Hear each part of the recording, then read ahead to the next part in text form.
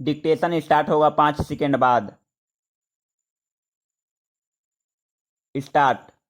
उप सभापति महोदय, सबसे पहले तो मैं आपके प्रति कृतज्ञता प्रकट करता हूं कि आपने इस समय मुझे बोलने का अवसर दिया।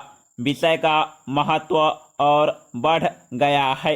अभी 1 साल पहले देश के 9 राज्यों में सूखे का प्रभाव रहा और 3-4 राज्य पूरी तरह से बाढ़ से ग्रसित रहे। महोदया, उसका दुष्परिणाम न अभी देश पर से समाप्त हुआ है, न उस इलाके के किसान पर से समाप्त हुआ है। एक बात का और उल्लेख करना चाहता हूँ। एक के बाद एक कई घोषणाएं तो होती रहती है। जैसे अभी मंत्री महोदय ने यह घोषणा कर दी कि कीमतों की वृद्धि की। मैं वह चार्ट बैठे बैठे पढ़ रहा था। मेरी एक बात समझ में नहीं आई कि भारत की कृषि में जूट व पटसन का कोई स्थान है या नहीं है। 1 पैसे की वृद्धि का इसमें उल्लेख नहीं है, लेकिन अब तक देश के अंदर कई बार बीमा की चर्चा हो गई है। मैं आपसे कहना चाहता हूं कि जिस प्रदेश से मैं आता हूं, बाढ़ ने 3-4 बार बर्बाद किया है और अभी आते आते 5वीं बार किसानों को अप्रैल महीने के प्रारंभ में, मार्च के अंत में ओले ने बुरी तरह से बिहार में बर्बाद कर दिया और भी कई प्रदेशों को बर्बाद कर दिया। अगर हम चर्चा करते हैं फसल बीमा की, तो यह फसल बीमा का मकसद वास्तविक रूप से जो पीड़ित किसान हैं उन तक पहुंचाना है। इसके लिए मैं सरकार से कहना चाहता हूं कि आप प्रीमियम की आकांक्षा सीमांत और लघु किसानों से मत करिए, बल्कि केंद्र सरकार फसल बीमा के प्रीमियम के बल के लिए राज्य सरकार को विवश करे कि वे प्रीमियम के लिए आए। Paragraph change. महोदया, देश का जो किसान है 80% किसान सीमांत और लघु किसान है और मात्र 20% ऐसे किसान हैं जो लघु सीमांत से कुछ ऊपर होंगे। और खेती लायक देश के अंदर जितनी जमीन है, यह इन 80% सीमांत और लघु किसानों के हाथों में है। महोदया, थोड़ी देर पहले आबादी के बारे में चर्चा की थी। मैं बहुत जल्दी में कहना चाहता हूँ। आज गांवों में 76% आबादी रह रही है और इस आबादी के अंतर्गत 71% केवल खेती के ऊपर निर्भर है।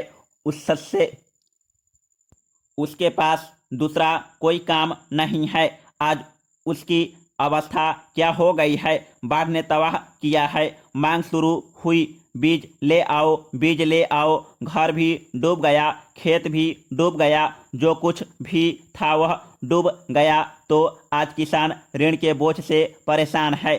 सचमुच में अगर आप किसानों को आगे बढ़ाना चाहते हैं तो मैं निवेदन करूंगा कि आप इस पर विचार करें। और मैं कहना चाहता हूं कि चंडीगढ़ के अंदर छत पर खड़े होकर मान्यवर देवीलाल जी किसानों के ऋण की माफ़ी की घोषणा कर सकते हैं, तो दिल्ली दरबार में बैठे हुए भजन लाल जी उससे क्यों भाग रहे हैं? वह किसानों के ऋण की माफ़ी की घोषणा क्यों नहीं करते? मैं कहता हूं कि देवीलाल जी ने कैसे किया। महोदया, मैं यह कहना चाहता हूं कि आप देश की स्थिति का विचार कीजिए, देश की आबादी का विचार कीजिए और सचमुच में यदि आप कृषि में कोई रुचि रखना चाहते हैं तो देश के किसानों की यह स्थिति नहीं हो सकती। किसान जो देश का मालिक है वह आज सबसे बदतर और सबसे बुरी स्थिति में पड़ा हुआ दिखाई देता है। Paragraph change. महोदया, मैं माननीय कृषि मंत्री जी को बधाई देता हूं कि उन्होंने किसान की पैदावार के दाम बढ़ाए। मेरा निवेदन यह है कि अप्रैल और मई में जब हम यहाँ बैठे हुए हैं, किसान को इस समय दो काम करने पड़ते हैं। एक काम तो खेतों में गेहूं काटने का और बाद में उसको मशीन पर डालकर गेहूं निकालने का है। दूसरा काम यह है कि गन्ने के खेतों में फसल अभी तक पड़ी हुई है, उसको काटकर मिलों के सेंटर्स पर ले जाना पड़ता है। गर्मी के दिनों का यह काम नहीं है, यह काम सर्दी का है। इसलिए मेरा निवेदन है कि गेहूं की कटाई और गन्ने की सप्लाई के कामों को अलग अलग समय पर करवा दे। मार्च तक गन्ना खत्म हो जाना चाहिए और अप्रैल में मई में वह अपने गेहूं को उठाएं और जल्दी उठाकर बारिश से बचाएं।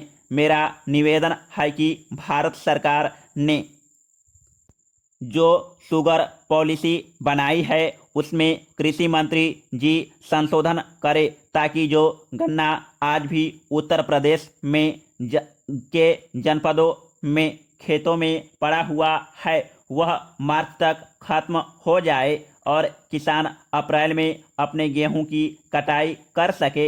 एक बात मैं और भी कहना चाहता हूं कि यह जो कृषि मूल्य आयोग है उसमें कई वर्षों से सुन रहे हैं कि किसानों के प्रतिनिधि और एमपी लिए जाएंगे, लेकिन 6 साल से यह बात उठ रही है परंतु कभी हुआ नहीं है।